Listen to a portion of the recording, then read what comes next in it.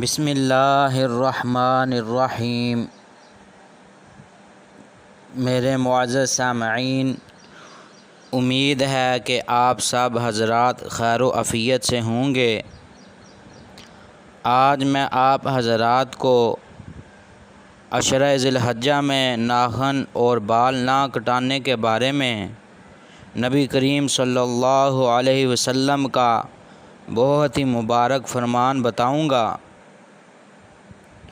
ام المؤمنین حضرت ام سلمہ رضی اللہ تعالی عنہا سے روایت ہے کہ رسول اللہ صلی اللہ علیہ وسلم نے فرمایا، جب ذی الحجہ کا چاند نظر آ جائے، یعنی ذی الحجہ کا مہینہ شروع ہو جائے، اور تم میں سے کسی کا قربانی کرنے کا ارادہ ہو تو جسم کے کسی حصے کے بال اور ناخن نہ کاٹے۔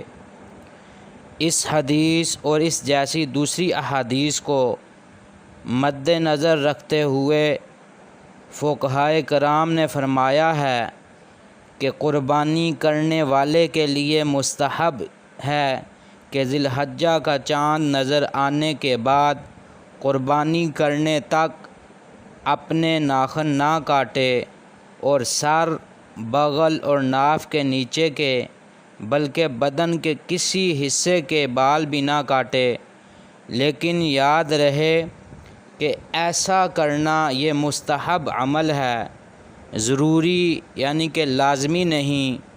لہٰذا اگر کوئی شخص قربانی سے پہلے ایسا کر لے تو بھی کوئی گناہ نہیں ہے اور اس سے قربانی میں کوئی خلل نہیں آتا۔ البتہ قربانی سے پہلے اگر 40 روز گزر گئے ہوں تو پھر ناخن کاٹنا اور ناف کے نیچے اور بغل کے بالوں کی صفائی ضروری ہے۔ میری اللہ رب العزت سے دعا ہے کہ اللہ ہمیں اس پر عمل کرنے کی توفیق عطا فرمائے۔